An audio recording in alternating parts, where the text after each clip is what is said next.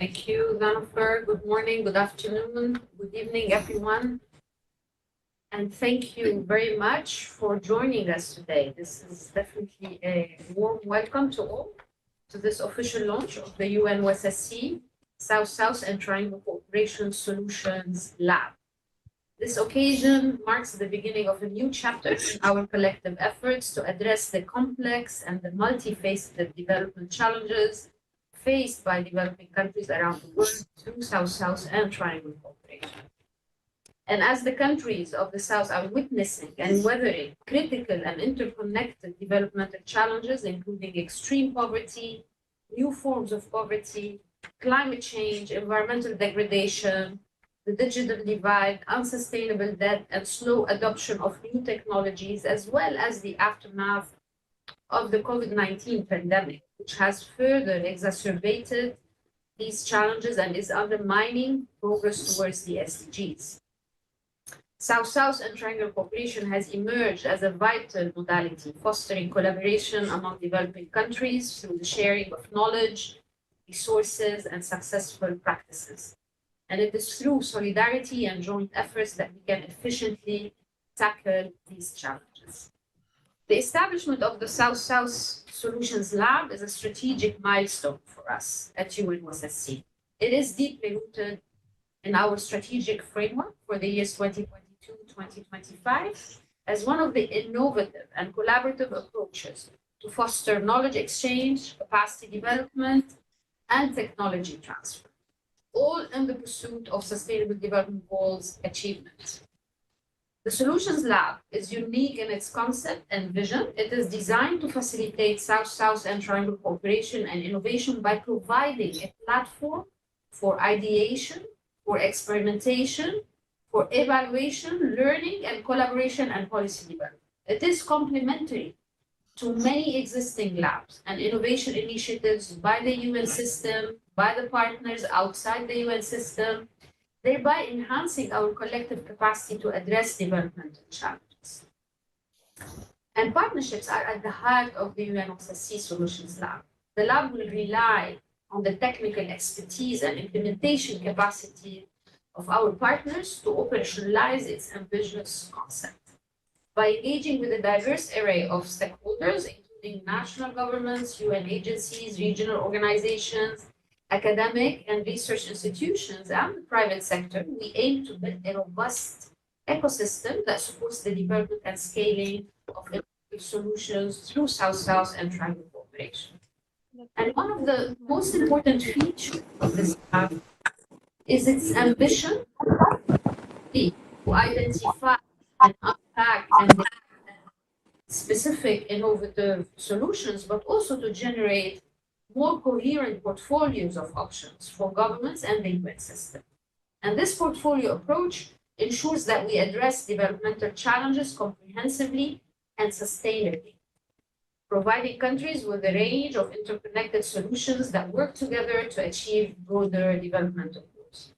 And here I'd like to express our gratitude and deep appreciation to the first cohort of partners, IAEA, WFP, UNECE, UAE Masdar City, and the Gulf Organization for Research and Development for joining us in this crucial effort. And we look forward to hearing from them today about their plans and their vision with this engagement. As a final note, I'd like to also express our deepest gratitude to all the participants and the partners for the interest and the commitment. Again, this lab is open to all interested stakeholders who wish to join either as partners, but also to share their ideas, to contribute, and to benefit from the lab's operation. As my colleague has said, this will be also an integral part of our digital knowledge platform. So the interconnection between what will emanate from that lab will feed into the knowledge practice and will also feed into all the policy dialogues that the office will be conducting, not to mention the high-level reporting that we do to the member states. Let me thank you once again, and I look forward to our collective journey together towards a more inclusive, sustainable, and resilient future. Thank you very much. Thank you, Dima, for those remarks and for setting the context. Before I hand off the floor to my colleague, we would appreciate it if the participants could also include their affiliations next to their names so that we also have a record of the participants. Thank you very much. So now let me invite my colleague Rafael Avila, who is a content management consultant at UNOSSC, who will present a few slides and a video walkthrough of the platform. Rafael, over to you.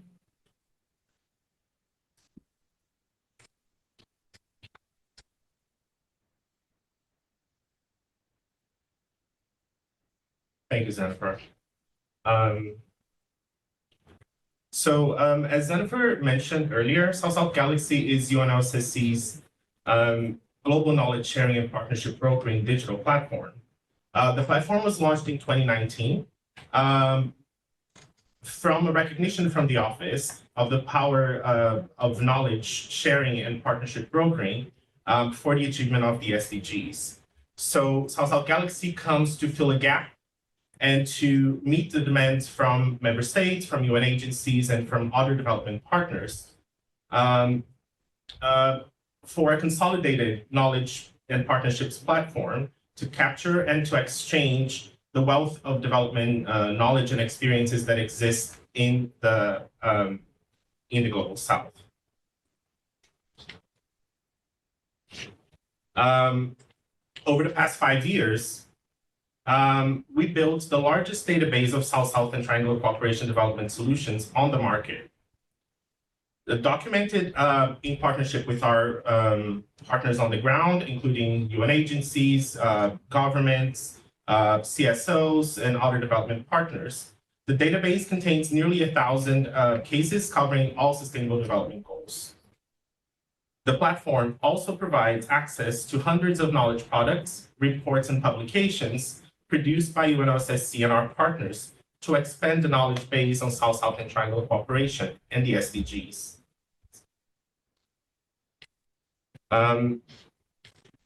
Additionally, the platform provides information on available financing mechanisms and capacity development opportunities offered by UNOSSC and by our partners.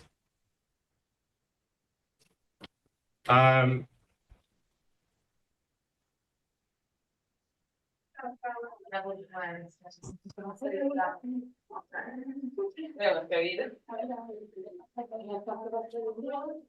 I request the participant speaking to mute the phone, please? Thank you. So moving on to the present, recognizing the constant pace of technological advance, as we approach South-South Galaxy's 5th anniversary, UNOSSC has recently invested in a major revamp of the platform, an upgrade which incorporates the latest technologies and offers a range of new features and services to position the platform as a consolidated South-South and Triangular cooperation solutions platform for the benefit of all our partners and stakeholders. So what exactly is new? The platform now offers an enhanced user interface and experience with several features aimed at improving data accessibility, visualization, and analysis. Artificial intelligence integration allows users to interact with a dedicated AI digital assistant to seamlessly filter and navigate through solutions, publications, and other content on the platform. Additionally, a Power BI dashboard enables users to filter through and locate specific solutions in the database and connect directly with their respective focal points. The new Data Collaboratives section provides access to a number of relevant data sets and resources from our UN partners and other South-South cooperation stakeholders. It also includes thematic databases designed to immerse users in thematically focused content pulled from different sections of the platform. And will also host our South-South cooperation country snapshots currently under development. Additionally, the platform now hosts several communities of practice aimed at facilitating collaboration among South-South cooperation partners and stakeholders, fostering collaborative research, data-driven policymaking, and the incubation and replication of new and existing solutions.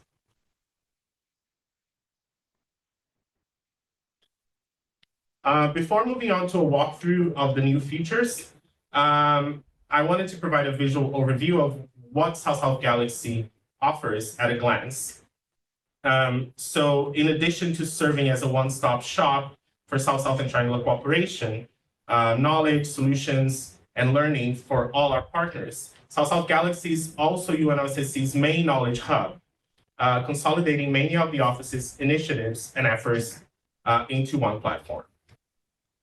So now, in order to see the platform in action, we will move on to a visual walkthrough of the platform.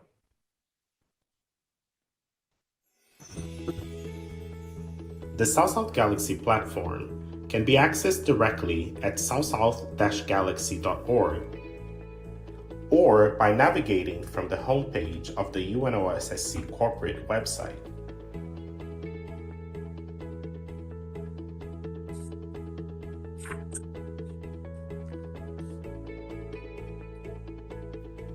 The homepage offers an overview of the platform and connects users directly to various South-South Galaxy sections, features, and services for easy access.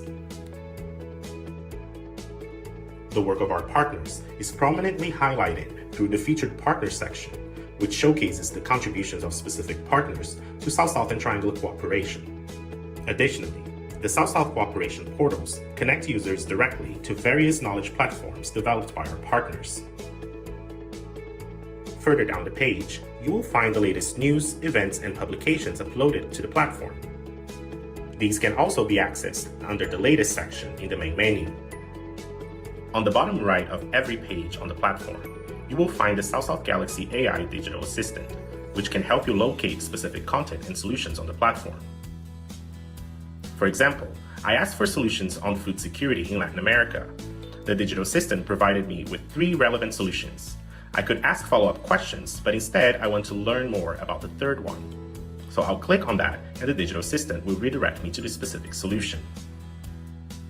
A solution starts with the challenges section, providing background information and an overview of the issues being addressed through the initiative. The subsequent Towards a Solution section outlines the solution methodology, highlighting involved partners, achieved results, and potential for further collaboration. The page also features similar solutions at the bottom, along with a metadata box on the right side, offering more detailed information about the solution and its implementing partners. At the top, you will find the Connect button, which enables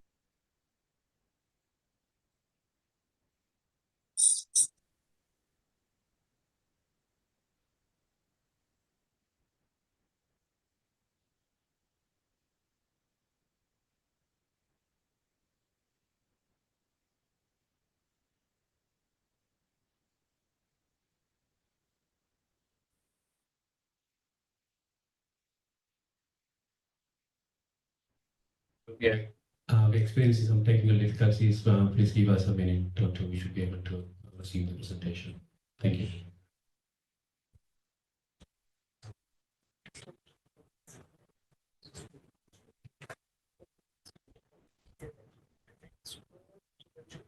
Yeah.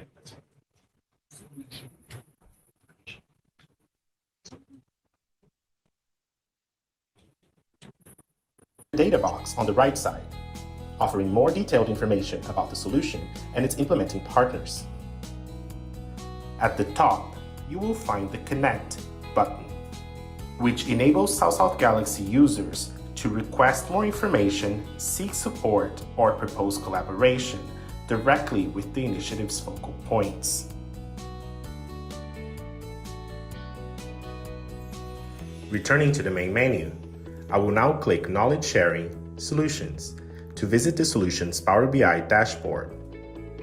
This section houses the South-South Galaxy Solutions database and offers powerful data visualization tools, enabling users to easily filter and sort through the data, find valuable knowledge, and connect directly with potential partners. You can search for specific keywords or organizations, select particular countries or SDGs, and triangulate different filters, all through an interactive visual dashboard designed to facilitate data access and help solution seekers connect with solution providers.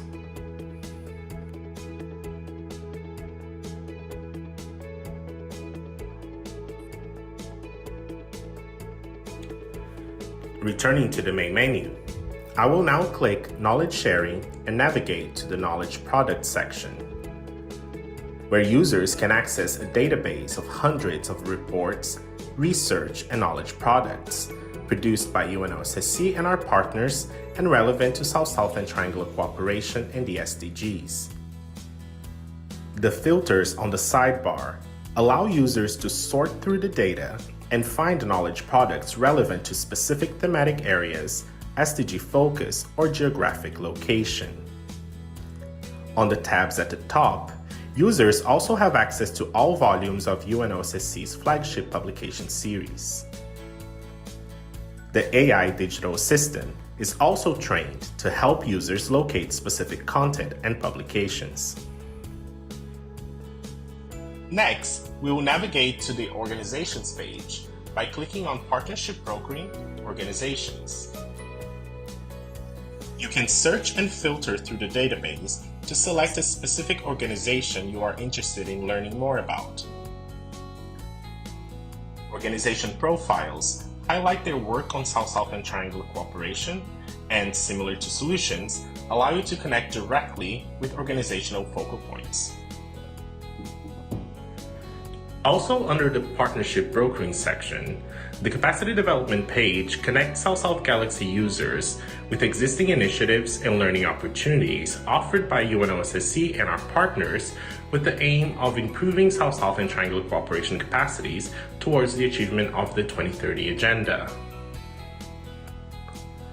By navigating to Partnership Brokering, Financing, users can also access information on existing financing mechanisms relevant to South-South and Triangular cooperation. This includes information on the different funds managed by UNOSSC, as well as other funding windows offered by our partners. The Data Collaboratives page is a growing hub of South-South and Triangular cooperation data from both UNOSSC and South-South Galaxy and from our partners. Thematic databases pull together different types of content on South-South Galaxy, including solutions, publications, news and events, etc., and organize them into specific thematic knowledge hubs for facilitated data access and visualization. Under Datasets and Resources, users can also directly access dozens of datasets and other materials developed and made available by our partners and relevant to South-South and Triangular cooperation and the achievement of the SDGs. The South-South Galaxy Global Communities of Practice section connects users to several COPs on South-South and Triangular cooperation. These COPs, which include initiatives such as South-South Global Thinkers and the Data to Policy Network for Policymakers, were developed to serve as vibrant spaces of collaboration and knowledge sharing with and among our partners on the ground, from governments and policymakers to think tanks and UN agencies.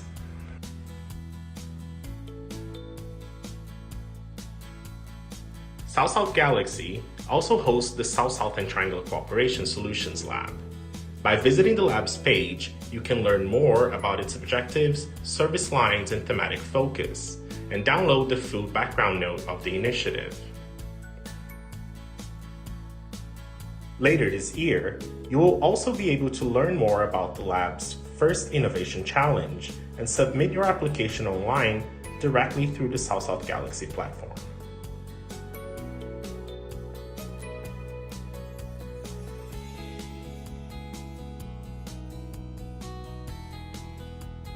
Join South-South Galaxy today and connect for a better world.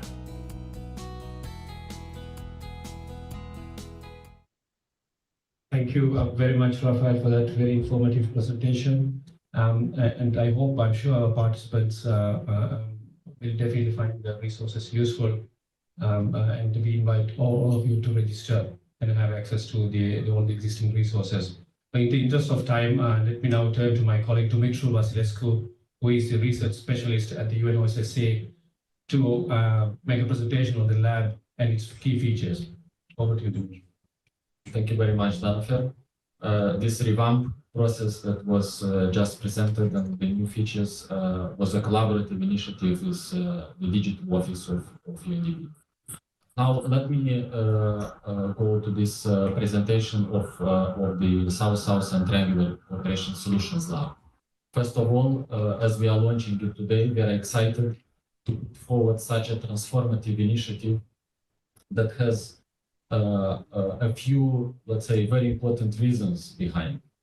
Indeed, as our director Dimal Khatib mentioned in the opening remarks, this Solutions Lab is one of the key service lines of the Office of South-South Cooperation, and it is encapsulated in the strategic framework of our office to operate such a global platform, such a Solutions Lab.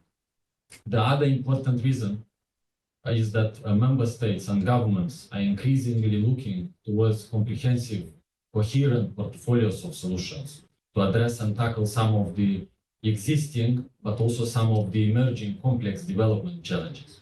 Therefore, the lab will exactly do that. We'll focus on developing, co-designing together with the partners and putting onto the market some comprehensive new portfolios of solutions. The other important aspect is that the lab will promote collaborative knowledge sharing, technical capacity and practice development among partners, benefiting member states, governments, and the UN system at large. Last but not least, this platform is a complementary platform. It is based also on our research of the existing complementary solutions labs and outfits, innovation outfits on the market. Therefore, it will complement what already exists. We will be engaging in deeper partnerships with our partners to address some of the most pressing issues around the 2030 agenda and the achievement of the Sustainable Development Goals through South-South and Triangular cooperation.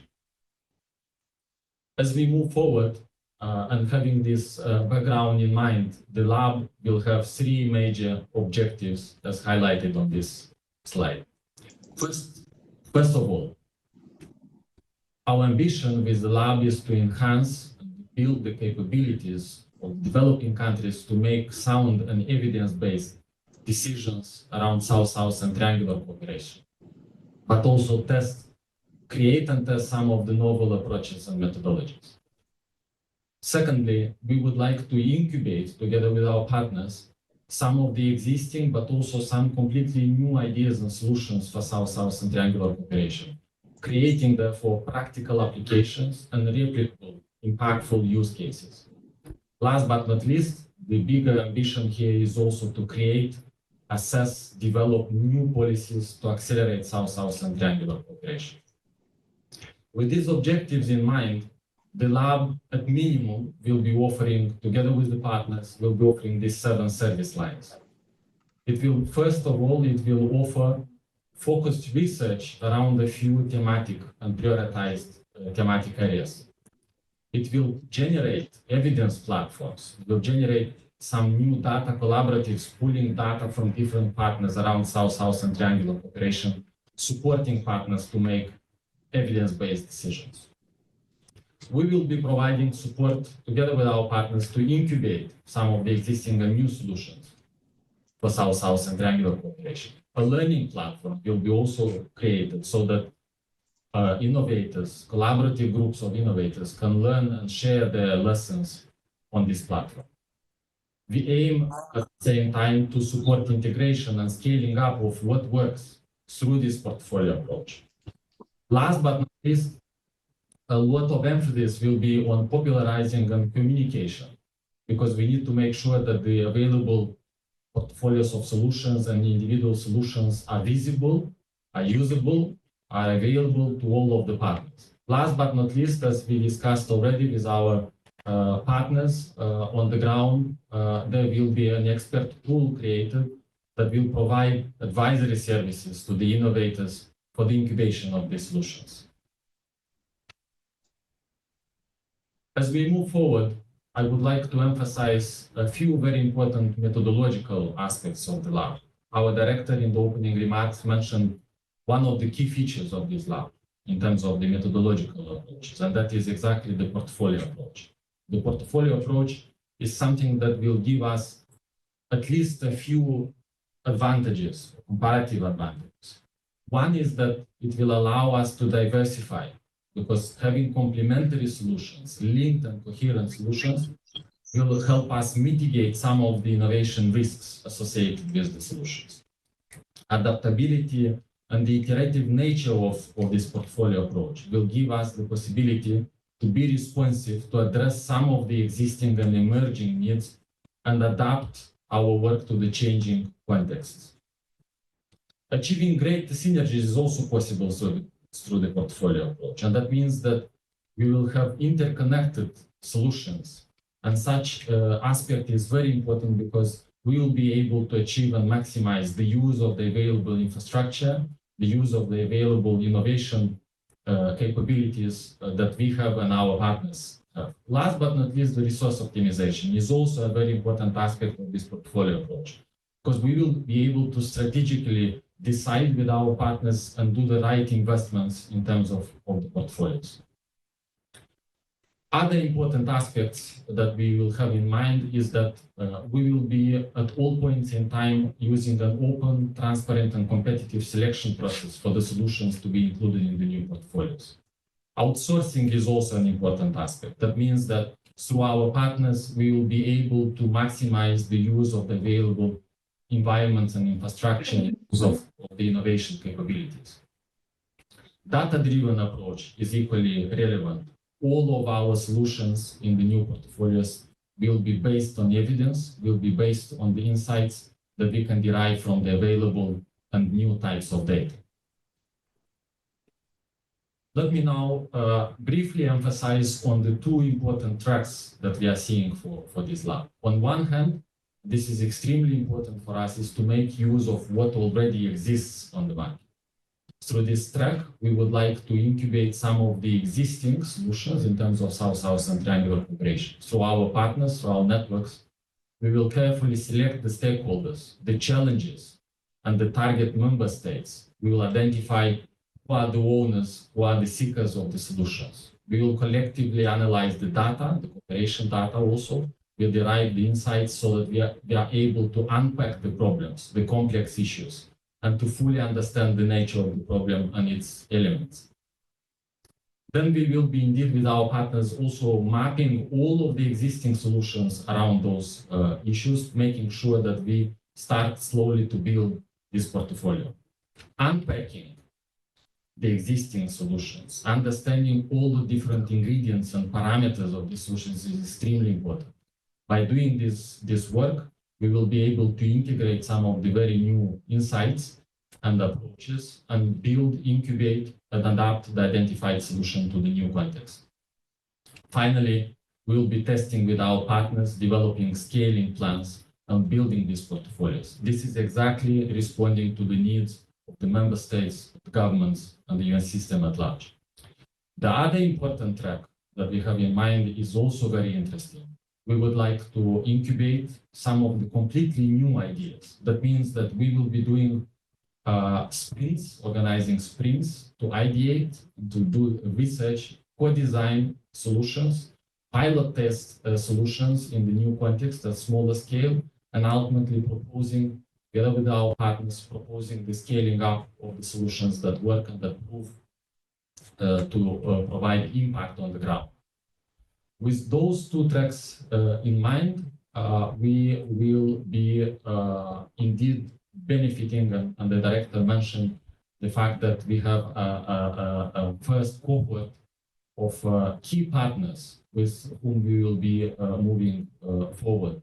And these partners, indeed, they have extremely rich portfolios of experience and solutions that they are already implementing on the ground. I would like again to mention these partners. We speak about the World Food Programme, we speak about International Atomic Energy Agency, about the United Nations Economic Commission for Europe, the Masdar City and the Gulf Organization for Research and Development.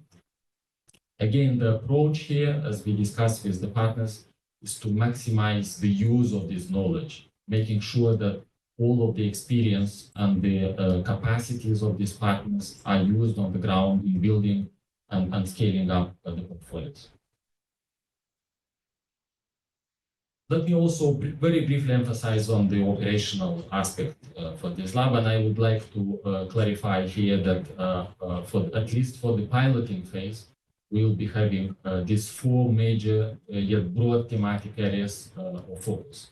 These areas were derived through a thorough analysis that we conducted together with our partners of the needs of the member states, governments, and UN system at large.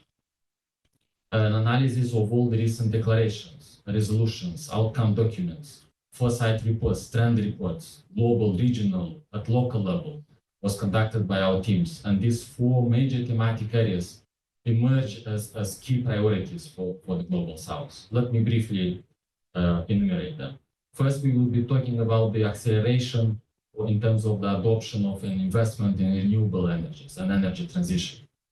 Second is enhancing agricultural productivity and climate resilience through South-South and Triangular cooperation. The third one is the use of digital platforms and the financial inclusion to digital platforms through South-South and Triangular cooperation.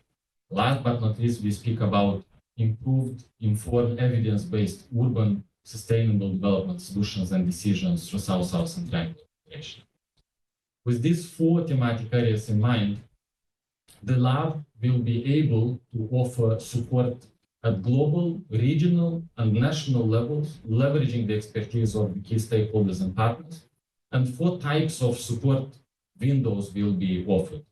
One, as we discussed before, is on the data and research. There is a lot of capability of the office and with the partners to support innovators and collaborative group of innovators to do the research and make use of available and emerging new types of data. On the policy and institutionalization side, we will be providing support in terms of the use of these solutions and use of the portfolios of solutions for design, developing of some of the new policy alternatives and options and testing of those options. The brokerage and co-funding window is extremely important because we will be facilitating, the lab will be facilitating the connection. The connection between the owners and the seekers of innovative solutions and portfolios. Last but not least, through our partners, we will be able also to provide co-funding for the innovators to test the ideas and to put them onto the market. In this next slide, I would like to also briefly emphasize the fact that all of this work, all of the support windows are actually available on and will be available through the Galaxy platform. My colleague previously mentioned that the Galaxy platform is the host for this lab. That means that all of the rich repository of solutions that are currently in the Galaxy, but also on the complementary platforms of our partners, will become available to the innovators. All the data collaboratives and access to data sources is equally available through the Galaxy.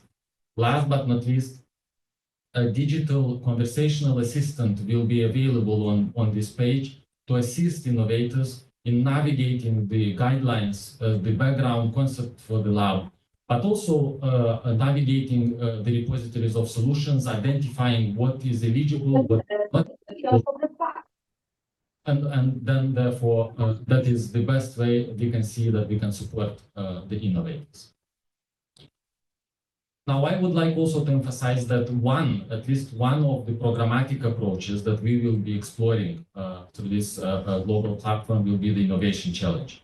The Innovation Challenge is a modality, is a rather flexible modality that will help us select the issues, select some of the problems around the thematic areas that we just discussed, define or refine where needed the support windows, inviting the key partners to provide support and advisory services. Through the announcing of these innovation challenges, we will be able to, in a very transparent way, to select and source some of the existing and new solutions, select those solutions, offer the services as discussed, provide support in terms of the incubation, but also run evaluations of the specific solutions and of the entire portfolios, proposing ultimately scaling up plans, and finally refining this modality of sourcing ideas as we go. Few sprints will be done every year. At least this is the plan, making sure that we source as many innovative, impactful, meaningful solutions and build as many portfolios as we can within the available resources. Finally, I would like to emphasize that the bigger ambition of the lab is actually to have a very dynamic team of experts, practitioners, the specific skill sets that we will be make available to all the clients of the lab. We speak hereby about lab coordinators or coordinator that will ensure that that we build coherent portfolios and that we manage all of the partnerships and the streams of work properly. An innovation specialist will make sure that we source and we work on the incubation of some of these solutions in a very coherent way. A research and data lead will support on the analysis of the available data and deriving of the relevant insights for the lab's work. A capacity building and practice building specialist will provide support in terms of ensuring that there is a constant and intense exchange of lessons learned between the clients of the lab. Last but not least, there will be a knowledge exchange and collaboration facilitator that will make sure that there is a proper brokerage in between the owners and the seekers of the solutions on the platform. To conclude this presentation, I would like to put forward this slide that actually puts together on the left side, you have all the thematic windows initially planned for the pilot phase, the programmatic modalities, the bigger objectives and the aims that we have. And also on this slide, we have included the fact that we will be making maximum use of other available initiatives of the office, but also of our partners in terms of connecting the Solutions Lab with such initiatives of the Global Thinkers initiative of the office, of the Data to Policy Network, which is a joint with UNDP and JZ, but also to properly connect the lab to the very interesting work that is happening through our trust funds, but also other innovation outfits, as I mentioned, innovation labs that exist out there on the market within the UN system and beyond. I would like to conclude here and thank you very much for your attention. Thank you very much, Dumitru, for that very informative and comprehensive presentation of the lab. The full background document is available on the website in case any of the participants here would like to have more detailed information. Alternatively, you can also reach out to us. Now we will go to the session with our partners. It's forging partnerships for impactful and scalable solutions. In this segment, we will turn to our first cohort of partners to explore synergies and partnerships for incubating and accelerating South-South and Triangular corporate solutions in specific thematic and cross-cutting areas. To kick off this segment, let me now invite Mr. Martin Kroos, the Director of Program Coordination, the Department of Technical Cooperation of the International Atomic Energy Agency in Vienna. Mr. Martin, the floor is yours. Yes. Good afternoon, good morning, good evening. I hope you can hear me and also see me. Yes, we can hear you. Good. Okay. First of all, thank you to Director Dima El-Khatib and for the UN Office on South-South Cooperation for inviting us to take part in the Solution Lab and also to take part in this event here today. Let me also mention at the very beginning that we are very pleased about the recent agreement that we have signed between the IEA and the Office for South-South Cooperation, which was signed at the occasion of the UN High-Level Political Forum. We look forward to participating in the UNOSSC Solution Lab. The IEA, and this is part of the background that I wanted to give here in my little talk, the IEA firmly believes in the power and in the value of South-South and Triangular cooperation. We have not only embraced it at a conceptual level as an idea, but we actually have institutionalized South-South cooperation. Now, the IAEA is well known as a nuclear watchdog, and it's also well known for our work on nuclear safety and security related to nuclear power. But I will not talk about that here today. I will talk about climate adaptation, about desertification, about soil, water, environment, and development. These are issues that we are dealing with here at the IAEA, but they are not very well known in the public sphere. Nuclear science and technology provides countries with solutions, actually, to their development challenges.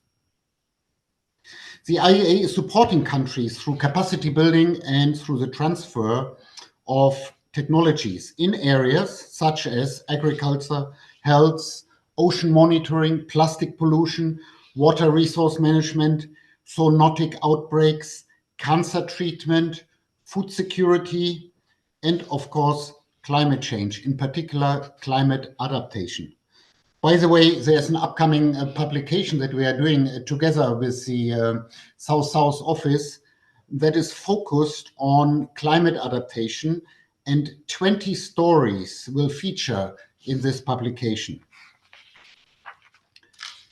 Now, as I said before, South-South and Triangular cooperation is actually a key part of the way we do business here. It's a key part of our technical cooperation program. We are operating our regional projects through regional agreements. And these agreements have been institutionalized. One of our flagship modalities, let's say, on how we are operating and implementing a portfolio of approximately 1,000 projects in 146 countries is through we call them the regional cooperative agreements. And we have 4 such regional cooperative agreements. 2 in Asia, 1 in Africa, and 1 in Latin America.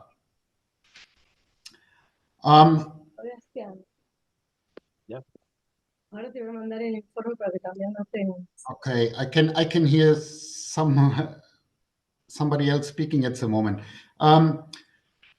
So over the years, these regional cooperative agreements have enabled our member states to address urgent needs across a wide range of national priorities, such as food and agriculture, nutrition, climate adaptation, and others. These regional agreements represent a tried and a tested modality of South-South support, and they offer kind of a permanent framework for dialogue and collaboration, which is very different from an ad hoc collaboration on a specific issue within a specific project. So a permanent framework, an institutionalized mechanism for South-South in the different regions is kind of what I'm talking about and what we have established. We believe that our experience in institutionalizing this kind of mechanism offers valuable examples that eventually can also be replicated by other international organizations and other partners. So in addition to these regional agreements that I've been talking about, we have also created a network of approximately 80 institutions, mainly research institutions and academic institutions, to allow countries to share their experience and to share also their resources, so their human resources and their eventually the equipment in the laboratories, to share those to advance specific solution when it comes to environmental issues and climate-related issues. So let me give you maybe 2 examples, 2 or 3 examples. First one is on water. Ensuring the availability and the quality of water is obviously a fundamental development challenge. The good water governance and related policies need to be informed by reliable data and evidence, And this is essential to effectively combat water scarcity. And this is especially relevant right now because, and will be more so in the future with the climatic changes that are already here and that are coming. And these climatic changes will affect the hydrological cycle. To help the member states in Latin America, and this is now my example, to address these issues and to increase their collaboration on transboundary water management, the IEA has implemented a number of projects that are using as a technology isotopic hydrology. For example, an IEA regional project provided a platform for 11 Latin American countries to evaluate the availability of hydrological information and existing policies and capacities for the hydrological data collection. So in line with our approach of South-South cooperation, we have fostered strong regional ownership and self-reliance. Mechanisms for South-South cooperation were formalized within this project framework. For example, experts from Argentina and Colombia, they led training courses, workshops, and consultations in Ecuador and Nicaragua. In Argentina, the laboratory of the Universidad Mar del Plata analyzed the isotopic compositions of water samples from different counterparts from the region. And an isotope hydrology laboratory was established in Nicaragua with the technical advice of an Argentinian expert. Triangular cooperation also played an important role as experts from Portugal and Spain provided support, including expertise in scientific, technological, and water resource management issues. As a result, regional isotope monitoring networks were established. And this will support the development and the improvement of the hydrological management models, contributing to the region's progress towards achieving sustainable water resource management and adapting to climatic changes. Another example maybe that I wanted to give, I think I have 2 more minutes, is on food security. An example from Africa. In Uganda, wheat farmers faced an aggressive crop disease, a fungus called the wheat black stem rust. And this fungus posed a serious threat to food security in the region and beyond. The lethal fungus was brought under control a couple of decades ago in the 1960s, but it re-emerged in Uganda in 1999, and it began to spread to wheat crops across Africa, including Ethiopia, Kenya, South Africa, and then to Yemen, to the Islamic Republic of Iran, reaching in total 17 countries by 2008, causing devastating losses in the wheat harvest.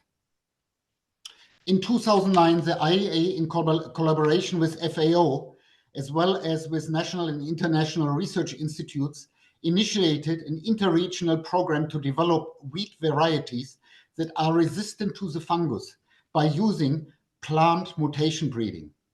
The project provided a South-South and a triangular cooperation platform for participating countries to cooperate with each other and with the IEA to maximize the use of existing technological capacities.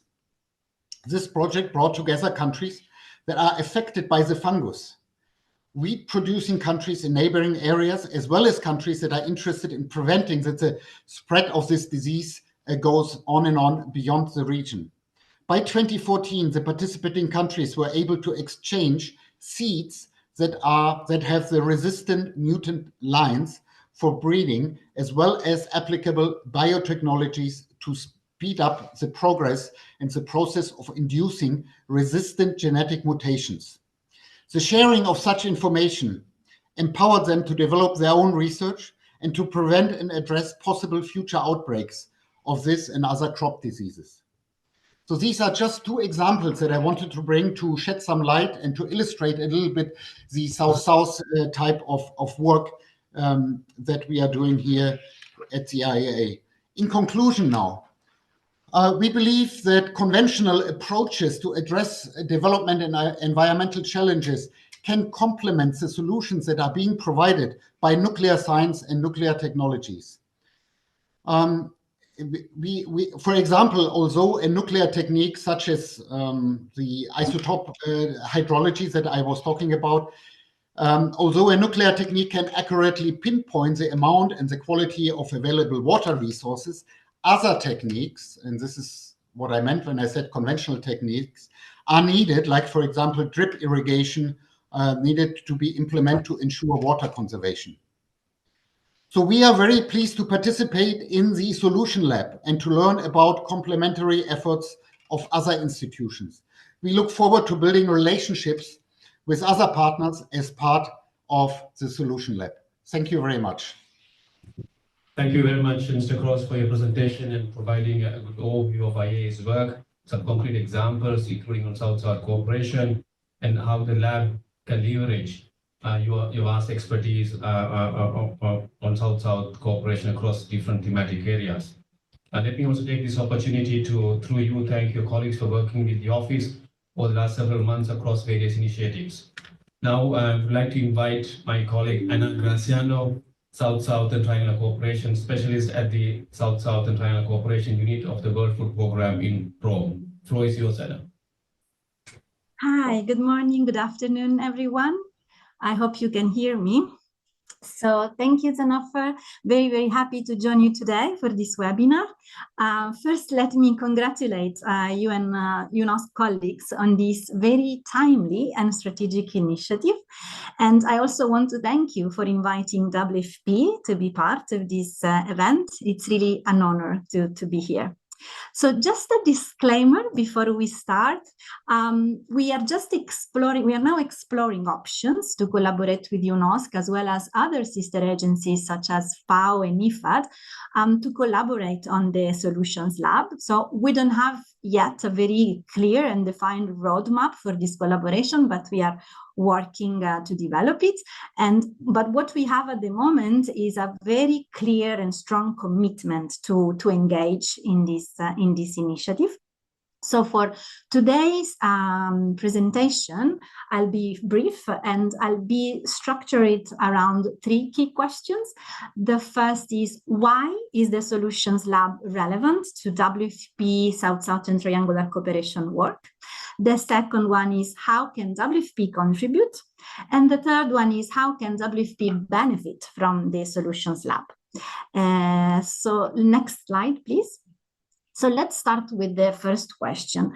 So the first reason why the Solutions Lab is very relevant for WFP is that it clearly aligns with our corporate strategic framework. And in particular, it aligns very well with our SSTC strategic focus areas as they are outlined in our SSTC policy update, which was approved just 1 year ago. And a key objective of our new policy is to make innovative zero hunger solutions more available to our partner countries, because we see a need to help them accelerate their progress on SDG 2, on the zero hunger SDG. So we are committed to help countries, particularly those with less resources and the less institutionalized SSTC approach, to really document, package, share, and scale up their innovations to reduce hunger and malnutrition. So the Solutions Lab also aligns with the broader WFP strategic plan, which puts a very strong emphasis on innovation in general, because we see that this is a key enabler to help us revert this appealing, increasing trend of food insecurity and malnutrition across the world, as we all know. So innovation and co-creation of solutions are really key to address these increasingly complex challenges facing global agriculture, food security, and rural development. So this is the key point. Then secondly, we think that collaborating with UNOSSC and other agencies on this initiative is really a part of our commitment to implement the UN system-wide strategy on SSTC, which we proudly contributed to develop. So this, as we all know, the strategy places a very strong emphasis on knowledge management and the support to member states to tap into innovative solutions across SDGs. The third point is that WFP, while collaborating on the lab, for WFP, this represents a very concrete effort towards a more integrated, coherent knowledge management ecosystem for WFP, for SSTC, sorry. I think we all acknowledge the big challenge we have in the UN system, not only for South-South and Triangular cooperation, the challenge to avoid duplications, to work in a more synergic way, so that our member states, our key clients, have an easy access to the relevant info they are looking for without getting lost in a myriad of platforms and centers and hubs, etc. So it's really a concrete effort towards this more integrated approach, as Dimitri and Rafael highlighted before. The fourth point is that we think this collaboration will enable us to further advance on interagency partnerships on SSTC, which is another strategic priority for WFP. And on this, we can build on a very solid collaboration that is already in place with the other Rome-based agencies, FAO and IFAD, but also with the UN Office for South-South Cooperation. And we hope really that through the lab, we can expand this collaboration to other agencies and other stakeholders. And finally, by stepping up our work to support the evidence-based documentation, packaging, dissemination, and scaling up of solutions for zero hunger, like relevant for our mandate, we will respond to a very clear demand from our partner countries and also the members of our governing body. There is a clear need for us to step up our efforts in this area. Second, next slide, please. So let's go to the second question. How can WFP contribute to this lab? There are many ways. I'm going to highlight just a few of them. So first, we can put at the service of the lab our experience and expertise to scope, document, and package innovations for zero hunger. So we are talking about public policies, programs, technologies that were developed by our partner countries, many times with support from WFP. And I'm referring to, for example, homegrown school feeding programs or shock-responsive social protection programs or anticipatory action initiatives that have proven to be effective. So we can tap into this very wide repository. Second, we can share our experience and our lessons learned with WFP's first SSTC Innovation Challenge. We developed it in collaboration with WFP Innovation Accelerator based in Munich. And through this challenge, we were able to select 4 very interesting innovations from 4 countries, such as a digitalized drought early warning system from Kenya. So we learned a lot through this experience, and we think this is very valuable for the Solutions Lab, and we can definitely help with the thematic window related to food security, sharing our expertise and experience. The third point, coming to the field and the practical implementation of solutions, we can definitely help to facilitate the sharing of the solutions and the adaptation of these solutions in specific country context, and then support the integration of this solution to national systems, particularly at the decentralized level. We are talking about the district, county levels, where we all know most challenges lie. So WFP can do that by leveraging our country presence, especially at the deep level, our long-term collaboration with government institutions at the central and local level, and our very diverse partnership network that includes private sector, academia, civil society. The fourth point, we can definitely support the evidence generation on SSTC results, which we know is an area that we all need to strengthen our capacity. So we can help that by leveraging our expertise on research and evaluation related to zero hunger and food security.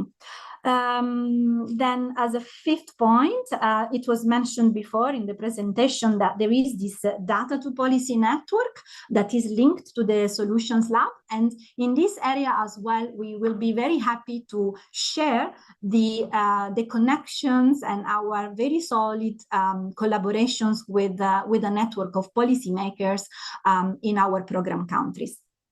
And finally, we will facilitate the government partners with whom we have a long-standing collaboration in the many countries we are present to really make the best of the South-South Galaxy, the revamped version, and also the Solutions Lab, because we know sometimes it's very challenging for government stakeholders, technical level, policymakers, to really make use of these tools in a way that is relevant to their capacity needs. Next slide, please.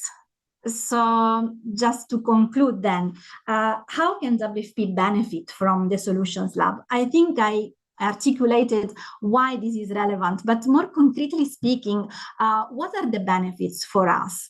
And I think for many UN agencies that will definitely also collaborate in this initiative.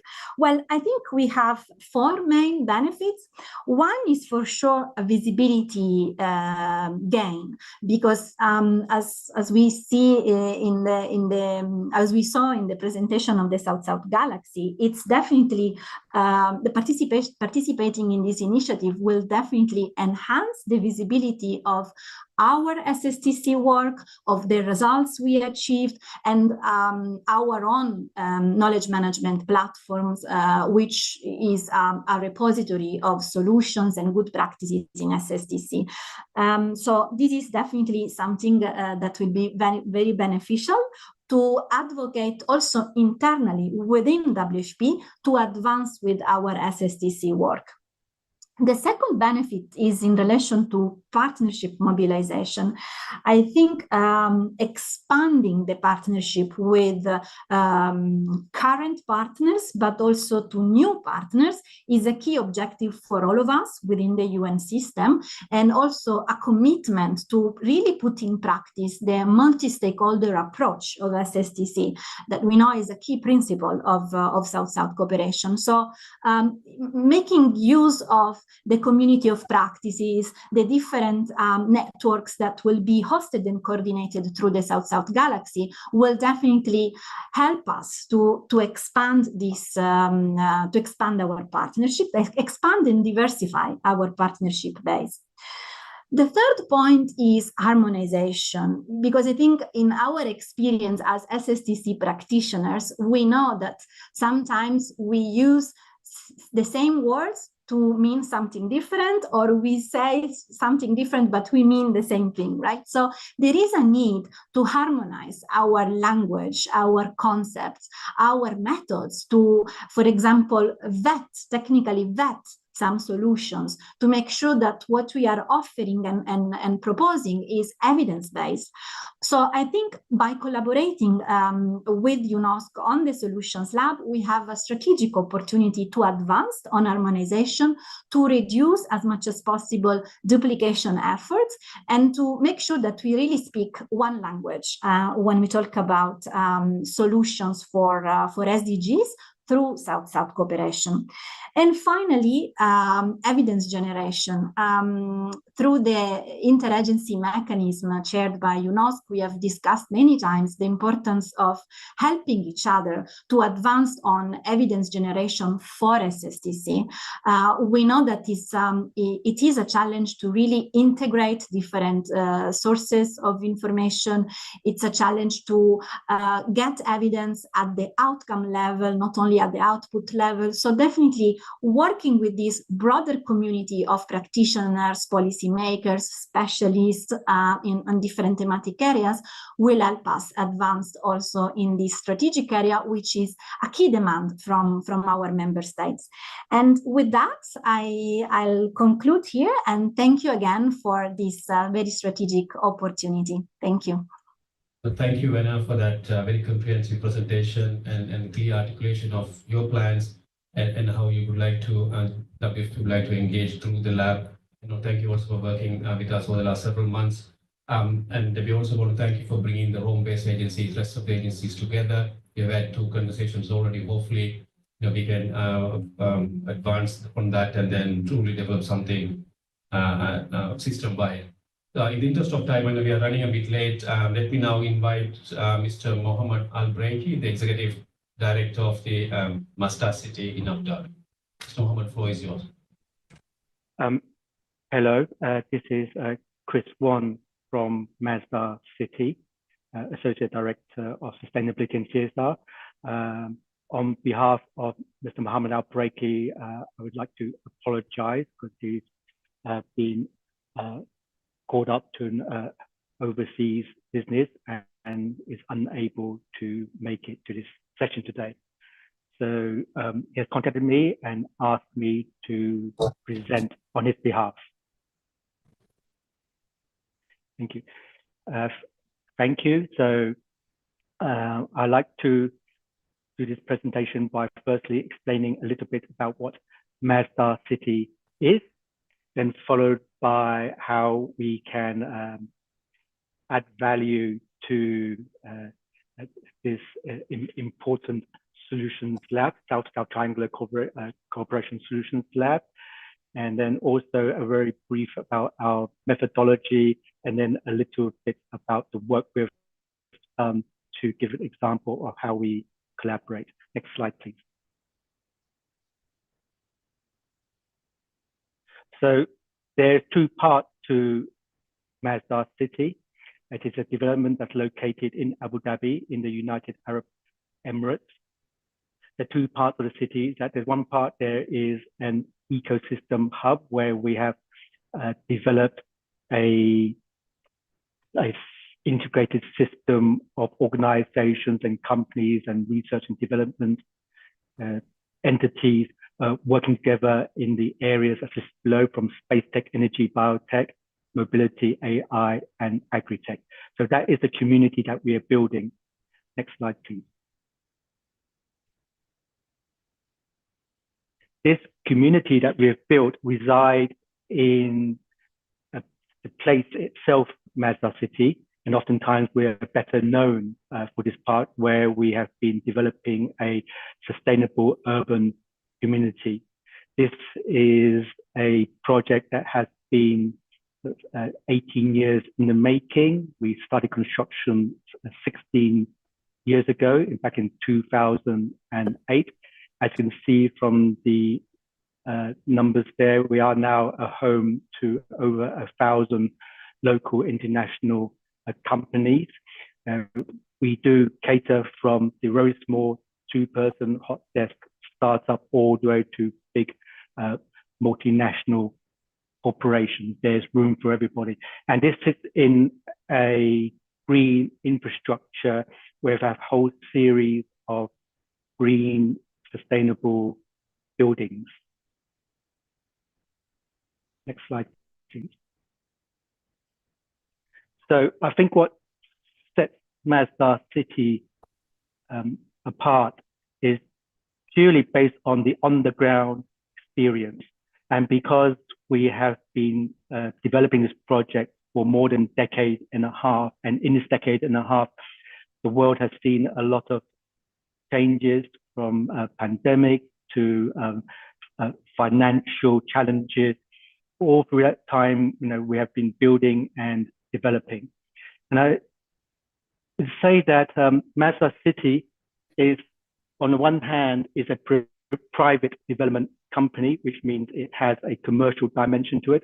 But at the same time, it also represents the government of UAE. So we sit on the nexus between the government and the private sector. And I believe that this is a worthwhile point to express, because the way we are working today, and we understand that part of this program that we are connecting the dots from many places, we do fully understand that oftentimes there are challenges of how government institutions are connecting to the private sector.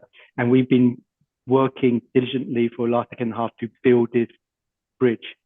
And as a practical proposition on the ground, we also have a lot of knowledge about how to be green and affordable at the same time. There are many, many fantastic solutions across the globe that people have proposed: sustainable development and sustainable cities. And oftentimes the challenge is how one overcome the commercial barriers to turn these, what we say, eco concepts into eco realities. And so on the ground, we spend a lot of time to understand these challenges, and collectively and collaboratively, we figure out methodologies of how we can share these ideas. I also like to add that an admission that the majority of our ideas are not new or unique. We're not saying that Masdar City are the first to be working on these kind of ideas. What we are saying is that we're bringing some of these ideas, and many of them are traditional ideas, to bring them together into a single melting pot called Masdar City, and make something that's not only environmentally sustainable, but socially cohesive, and importantly, commercially viable at the same time. Next slide, please. And so in terms of our contribution, as I mentioned earlier, we sit on the fence between the world of government and NGOs, and also in the private, the commercial sectors. And in this area, we have been not only providing commercial development, where we have real life tenants on board carrying out their business within Masdar City, but we have also been knowledge sharing. This is part of a wider program where the UAE are sharing the knowledge, both locally, regionally, and globally. And hence that's why we are very active in the global knowledge sharing scene, especially through conferences, for example, and talk openly about what we do. We talk openly about what works from an urban development point of view, and more importantly, sometimes what doesn't work so well. And these are part of the lessons learned. And so in urban development, we also touch on energy, renewable energy, and energy transition. And we've been expanding into, as mentioned here, the agri-tech, and also understanding how the digitalization can help sustainable development. And in addition, just on building the city, we also have a lot of outreach. Locally, we've been working with many universities. We share our knowledge with them. We work with students who are doing research as well. And so there's a whole platform working in there. We have many startups at Masdar City, and we support them, allowing them sometimes a platform where they can develop ideas in real life within the Masdar City ecosystem. We have become a testbed for many building materials, not only new materials, but oftentimes traditional materials as well. For example, we are in the middle of building a net zero energy mosque using a traditional rammed earth technology. There is a lot to be said about traditional methodology.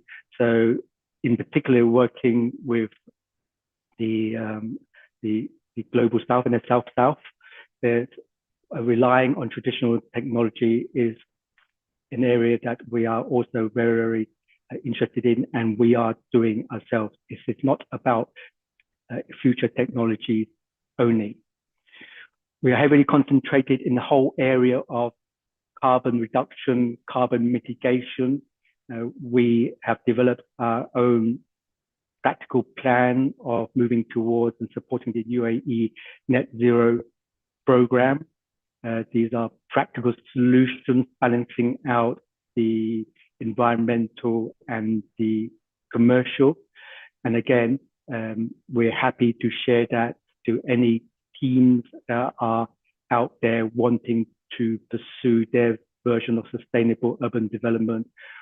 We'd be happy to advise accordingly based on the experience that we have gone through. And so not only are we experienced in the development themselves, but we also work on pilot projects, and I'll talk a little bit more about in a moment. Here on this slide, kind of tracking a diagram from Solutions Lab that was shown earlier by Dimitri about how we can input and contribute. And just to summarize here, we're happy to knowledge share. We can work as advisors, and we can review solutions and make recommendations and evaluations of how to move forward. And just to finish off, I just want to show a couple of sort of smaller ideas. Next slide, please.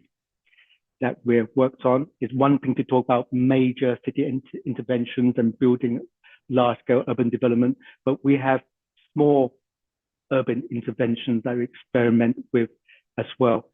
Here is one example that's actually built. It's a solar tree at Masdar City, and this addresses what we call an urban heat island. You can see on the bottom right-hand side, we've analyzed where all the heat and spots and solar spots are, and strategically started experimenting by placing solar trees. And this solar tree is covered with photovoltaic panels, which are actually powering some electric vehicle chargers very, very close by to the tree. Next slide, please. As you are probably all aware, Abu Dhabi climate and the weather conditioned environment is very hot and quite intense here.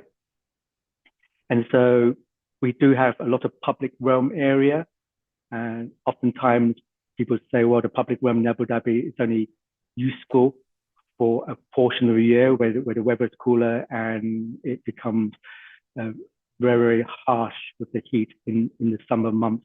So what we've been doing here is experimenting with effectively off-grid cooling stations.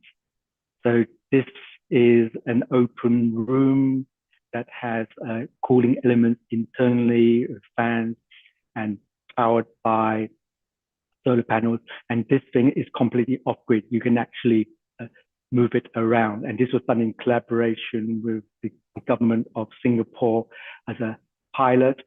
And I show it here just to show the extent of how we can pilot and experiment things and even use Masdar City as a platform if necessary, or to, in this case, with any participating country, we'd be more happy to give guidance on our experience on piloting in the respective country. Thank you very much.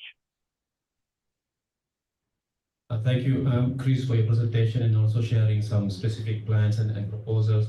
We will have follow-up conversations to fine-tune them. Let me also take this opportunity to thank the other colleagues in Masdar for working with us over the last several months. Our next speaker is Ms. Paulina Tarshis. She's a Program Management Officer at the Program Management Unit of the UN Economic Commission for Europe in Geneva. Paulina, the floor is yours. Yes, thank you very much. Danafer, Dima, and Dimitro, thank you very much for inviting Economic Commission for Europe to join the SDG Lab and the launch.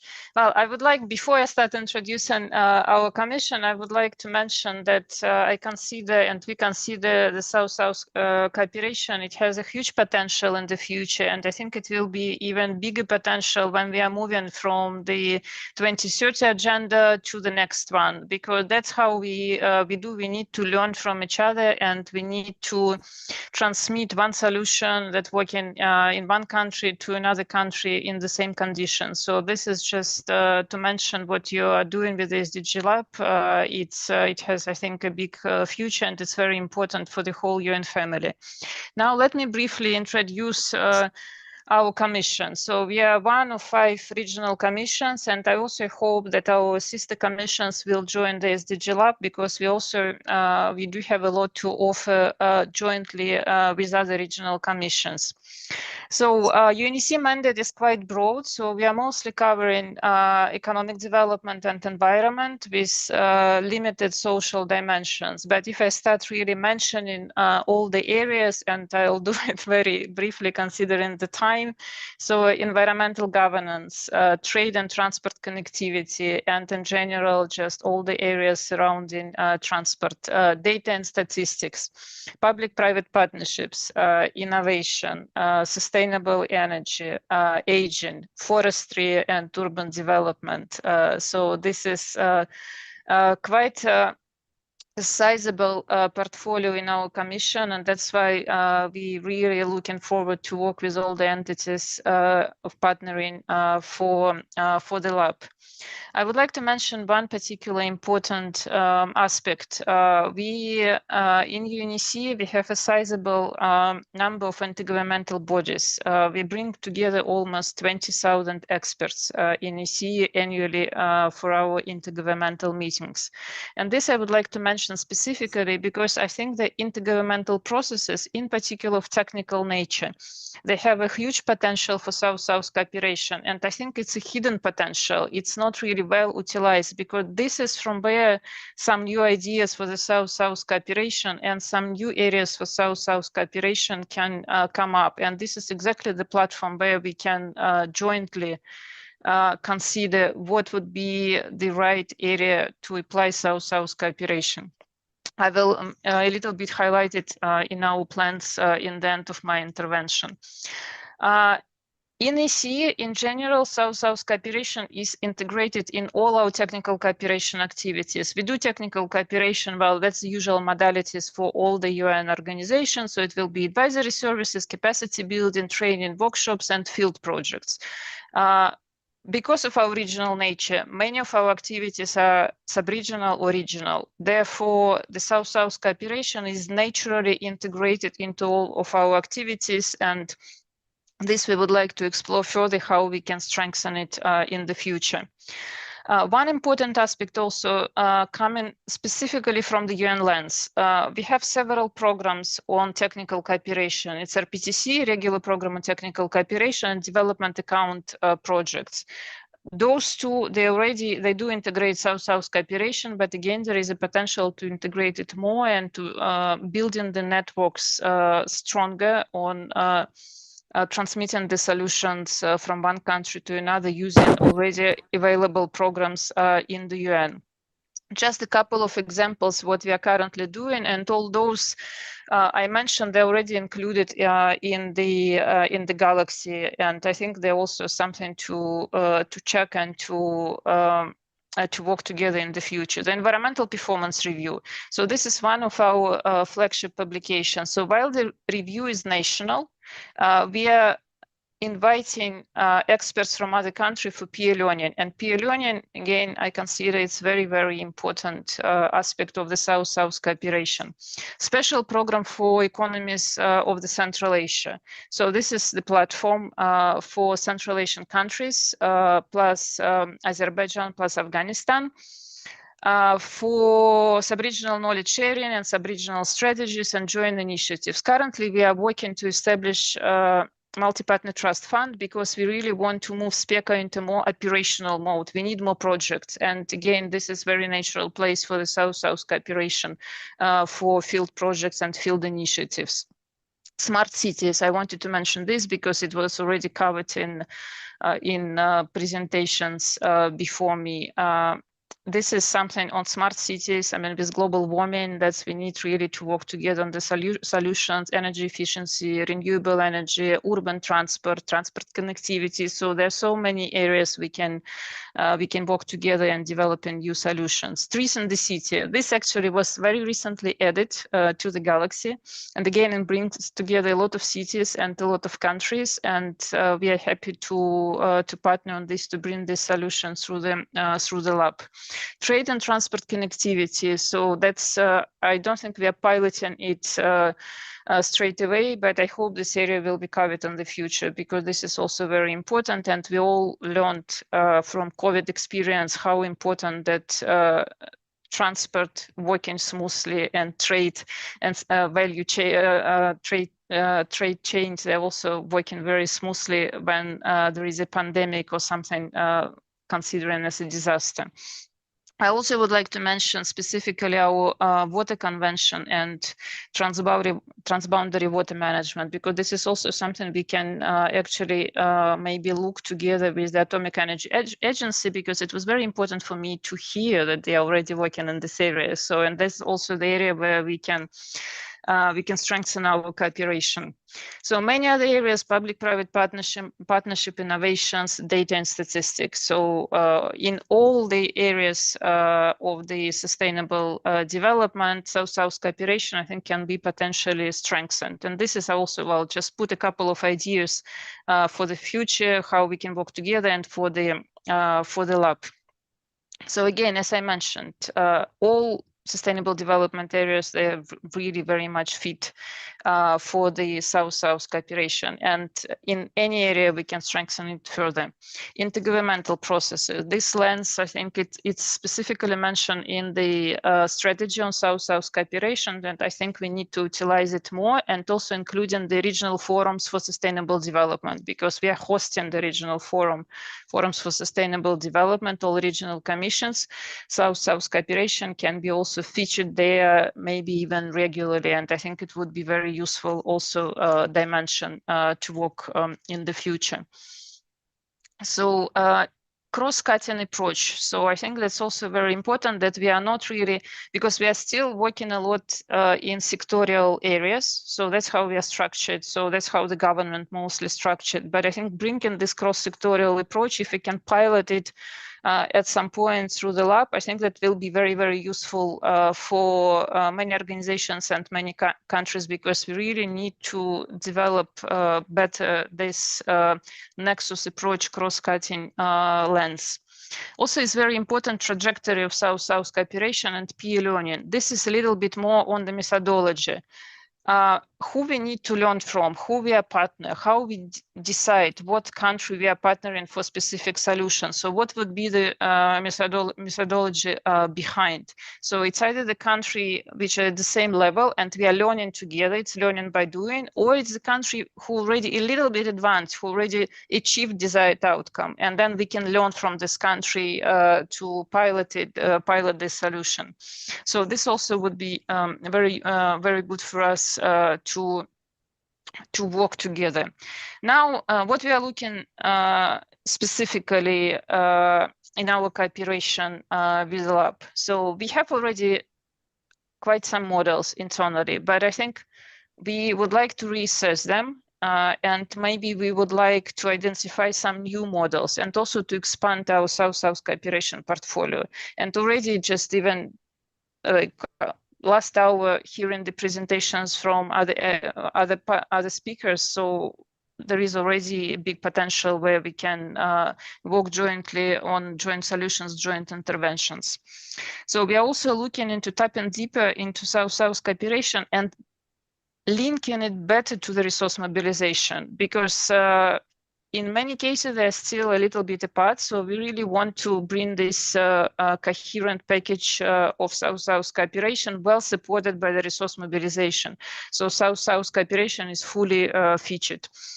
And then, well, it's also external and internal mainstreaming, because from the external, I think I outlined it very well, but we need to work internally within the UN system to demonstrate the potential of South-South cooperation and to demonstrate the benefits it can bring, how we are doing and how we are working on our internal practices. So I think I'm gonna stop here because I am mindful of time, that we are a little bit behind the schedule. But again, thank you very much for this opportunity, and I'm looking forward to continue working with the lab in the future. And I hope more partners will join us in the South-South cooperation family. Thank you very much. Thank you, Paulina, for your presentation and sharing some specific ideas, synergies with other partners to the lab, and also how we can also work within the context of the UN interagency mechanisms, and also for recalling the hidden potentials of the regional commissions. We will definitely take that on board and also explore partnerships with the other regional commissions. In the interest of time, now let me now invite our final speaker today is Dr. Amar El-Hobris, who is the head of the technology and innovation from the Gulf Organization for Research and Development in Doha. Amar, over to you. Yeah, thank you very much. Yeah, on behalf of GORD, I'd like to thank the UNOSSC for inviting our organization for this very interesting initiative that is the Solutions Lab. Also, it's very interesting to listen to the perspectives and the objective contributions of the fellow partners in this first cohort. So, yeah, as part of my presentation, we're coming from the, well, myself, I'm coming from the tech side. My background is mainly in technology development and innovation. So the presentation will initially cover a brief introduction to GORD, a bit about our core problem statement surrounding our research institute's innovation strategy, and then also our research development and innovation approach and how we think that will actually benefit our contribution to the Solutions Lab, and how we see the Solutions Lab will benefit GORD in turn as well. All right, the next slide, please. All right, so just a brief idea. GORD's quite a young organization. It was established in 2009 in Qatar, in Doha. It's owned by the Qatari DR real estate investment company. And really its core ethos is the transformation of society on sustainability and climate change in line with the Qatar national vision, as well as UN SDGs. Next slide, please. So we have various centers of excellence that we actually benefit from massively in terms of economies of scope. We have our Research and Development Institute that I head, as well as some other departments related to performance-based green buildings assessments, a kind of knowledge dissemination and capacity building initiative that we have called GORD Academy, and also consultancy services, as well as a Article 6 focused department, which is the Climate Action Center of Excellence. And also we have some other recent departments that opened up associated with servicing the local Qatari industry for 3D manufacturing. And on to the next slide as well. Also, we have subsidiary affiliates. The Global Carbon Council, established in 2016, was the first voluntary carbon market platform in the Global South.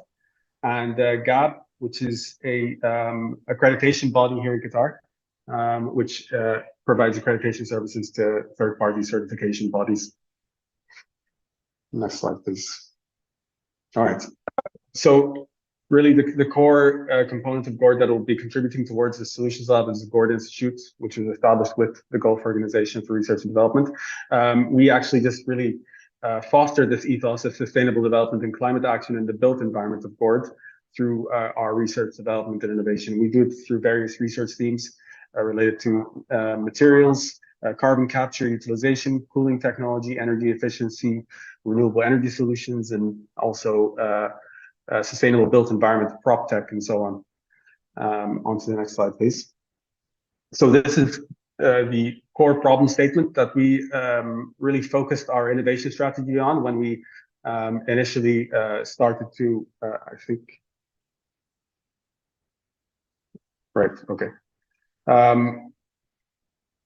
Right, so the core problem statement of our innovation strategy really came about from our efforts to scale solutions that we've developed in our institute, which was the fact that we were, I myself as well, was an academic researcher looking to innovate but really not having the capacity or understanding initially to translate that solution for an end user to be able to see its potential in their own status quo, I would say. So yeah, we can go on to the next slide. And this really comes down to this very common concept called the innovation valley of death, where you go from this initial development of technology, from the initial concept through public funding, through various maybe a funding agency, until, if you click next, I think it's a bit animation heavy here.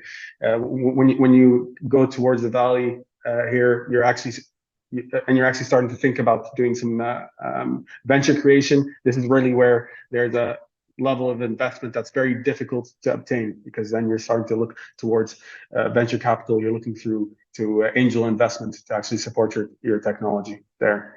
And this really is at the bottom there on the x-axis. I'm just showing really the technology development process in the most basic way, going from basic research to the product market fit, business model and scaling to commercial adoption. Next slide. So this is a very common technique used to assess the status of a technology and its maturity. If you can go up to TRL5 there. This is what was developed by NASA, where in the fifth stage, you're talking about actually demonstrating the technology in a relevant environment, like the lunar lander there being tested on Earth, to TRL9, where you're actually testing your technology in the actual operational environment, like the lunar lander there in space. Next slide. So this is when you're talking to a person who's actually developing a technology. Generally, they're only really thinking about the technology readiness level. How close am I to getting to TRL9? How close am I getting to a commercial product that I can actually see some implementation opportunities for? Click again, please. And this is what I showed you earlier, where you go from basic technology. But then you also have, of course, the commercial readiness level, which should also be taken into consideration in parallel, and also the social readiness level as well, which has a major influence on the actual TRL scale, on how that actually might actually fit within existing regulatory frameworks. Next slide. So this is really what it comes down to with our approach. When we go from ideation to venture creation in the actual technology development process, we have a wrapper around that. Next slide. Next animation there, which is our approach, which is what we refer to as integrated systems analysis. For every single technology that we develop, we go through a gated approach through our technology readiness level scale, where we obviously in the initial stage, we would do an IP landscape analysis, but also in addition, we would do the market and regulatory framework research to check the actual compatibility and scalability of that technology within the market, as well as the regulatory environment. And also we do cradle to gate lifecycle assessment and financial modeling to check the product market fit in different scenarios, sensitivity analysis, so on. And this really comes down to this idea of what's called the quintuple helix of innovation model, initially proposed by Karianis, Barth, and Campbell back in 2012, which talks about the integration of the ecological environment within the actual knowledge transfer environment in the knowledge-based economy.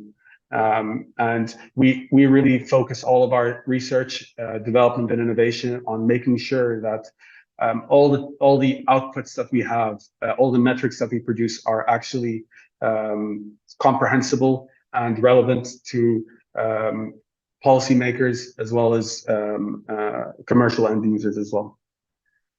Next, please. So just as a little bit of an idea about the kind of technologies that we work on, the kind of technologies that we have incubated at the Gord Institute. You can click next 2 or 3 times. There you go, keep going. And again, please. So at the TRL5, you can see a technology that we've been developing for the last better part of a decade, which is a carbon capture and mineralization technique. that we've been has recently reached the pilot stage. Another one is a low carbon cement technology, and then at the far right you can see an energy efficient fresh air handling and cooling solution as well. And just as an example, I'll talk to you a little bit about this technology here, which is still in the scaling process. So this is really just a technology where we capture CO2 and we react it with a major resource here in Qatar, which is reject brine, a byproduct of the desalination process. All of our potable water in Qatar comes from the desalination of seawater. So we're able to react this reject brine with CO2 to produce a building material based on CO2. And it's a process that mimics the plasterboard making process. Next, please. And this is just to show that it's a self-cementing material. So this material, if you capture CO2, we've managed to have it mimic plasterboard and cement as well. Next. And again, showing you this kind of track record that we have going from very low TRL bench scale studies to scaling it to a pilot stage, and then again now moving on to actually partnering up with commercial end users to see if we can actually get this kind of a product onto the market as well. Next, please. Yeah, so as for our contribution to the UNOSSC's Solutions Lab, our core contributions is a collaborative incubation of new and existing solutions. We will aim to open up our facilities, our lab facilities, and also our personnel who are experienced in conducting this integrated systems analysis to test these solutions and see their compatibility for scalability. And then also to help develop methodologies for technology incubation, and also the needs and seeds matching process needed as well, because there's always opportunities in alternative sectors for a seed technology that has been developed that might not have been considered. Also, we aim to propose some of the solutions that we've developed in Gord's current technology portfolio. As for key benefits for Gord, it's really an opportunity to really improve and increase the flux of innovative ideas that we have that can really generate more and more conceptual solutions for the problems driving society today, problems in society today, and also for us to collaborate with a diverse array of talented innovators, and also give us more feedback on our integrated systems analysis approach to further improve that, and use that as an opportunity to really work back on the Solutions Lab with that new and improved technique as well. And then, of course, expand the visibility front of our technologies. I think, next slide, please. I think that's all. And yeah, I just included my QR code here for LinkedIn. Happy to speak with anyone on any of these technologies or also our approach, and looking forward to working with UNOSSC and our partners. Thank you very much, Dr. Amar, for presentation and also sharing your innovative ideas in terms of collaboration in the context of the lab. We are almost 20 minutes late. If it's okay with the participants, we are happy to open the floor for maximum 2 questions. And as I said at the outset, we will be uploading a frequently asked question document on the lab with responses to several potential questions. So you can always come back, review the document, and also come back to us if you have any more specific questions. So with those comments, the floor is open for any questions or comments from the participants.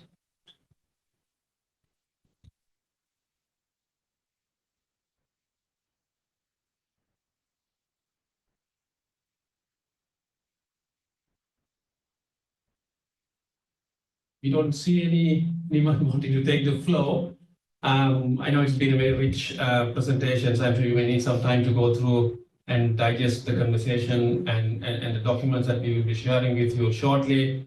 So on behalf of the office, let me thank all of you, all our speakers, for the insightful contributions. As I said, we will be producing a summary of the event and also make it available on the website along with the presentations and the FAQ. So now let me highlight some of the immediate next steps from the UNOSSC. There is a question. And there's a question. Okay, there's a question. Okay, there have been a number of reports highlighting that SDGs will not be met by 2030. You've had the experience of rebranding what was done, what was once the MDGs to SDGs. How do you foresee that South-South and Triangular cooperation could narrow the established goals, and are there really real targets, and how is that being measured or will be measured? And are the said reports being addressed within the UN system?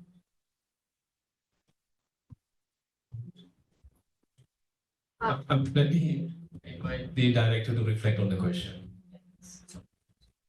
Yeah. Thank you, Jose, for this question. I think it's a bit of multiple questions, right? I mean, we all know, yes, that the SDGs are not on track. I think the latest reports show that 14 or 15% are on track, while you know, a big proportion is off track. Unmute myself. Oh, okay. And yes, we do believe that South-South cooperation is definitely a modality that can help to complement bridging those gaps. Now, in terms of specific measurements, I'm sure that a lot of you know that UNCTAD has been the agency that has been co-leading the measurements of you know, South-South cooperation, putting in methodology for that. I'm not sure if this is. Good morning, may I have your attention, please? Your state team will be conducting the emergency action plan drill. Sorry, colleagues, it seems that we have an emergency. At the sound of the fire tone, will everybody assemble by passenger elevator. Cooperation, violence, mental thing. Thank you. So, Jose, what I'm trying. Do we have to mobilize ourselves? Let me just continue for Jose's sake. So, the office is supporting or working closely also with UNCTAD to see, you know, what would be how to unpack the measurements of South-South cooperation and Triangular cooperation. This is an endeavor in process. There are now current piloting in few countries on the measurements aspects. But this is something that, you know, revealed to be a little bit more complex, as the methodology needs to also be owned up by the countries. So we are monitoring the progress of the measurements aspects, and, you know, eventually to also further shed the light on this and to try to see how it can be scaled up. I think it also needs to be coupled with a lot of capacity building that would be required for the countries who would pursue that. One of the things that I can mention that with this measurement, it's not only looking at the financial aspects of South-South cooperation, but also the non-financial, the technical aspects, the exchanges. And this is where the complexity comes into play. We do have a colleague in our office who is following up on the matter. We can definitely send you her contacts if you would wish to know more, and to share with you the information that I hope I have touched on. Thank you, Rima, for that. And in the interest of time, and also you might have to evacuate the room. So let me quickly go and highlight some of our immediate next steps. Yes, following today's presentation, we will be fine-tuning the scope and the criteria for the first innovation challenge together with our current partners. A formal announcement about the innovation challenge will be made through various networks and platforms, including the South-South and Galaxy platform, sometime in September. Once the selection is completed, we together with the partners will develop specific action plans for each shortlisted solution and provide tailored support. This would include data research support, policy and institution support, and capacity development. We will also establish mechanisms for continuous monitoring, learning, dissemination of results, good practices, and lessons learned. Last but not least, as we proceed with the implementation of this phase, we will also be looking to further expand the partnerships to cover other thematic areas. We are at your disposal for any to have any follow-up conversations. We have included our team's email address in the chat box. Please feel free to get in contact with us. And there was also a question from a UNFPA colleague. We will take it up bilaterally. With those remarks on some of the immediate next steps, let me once again thank all of you for your time today and also for your engagement in the future. Thank you very much and have a good day.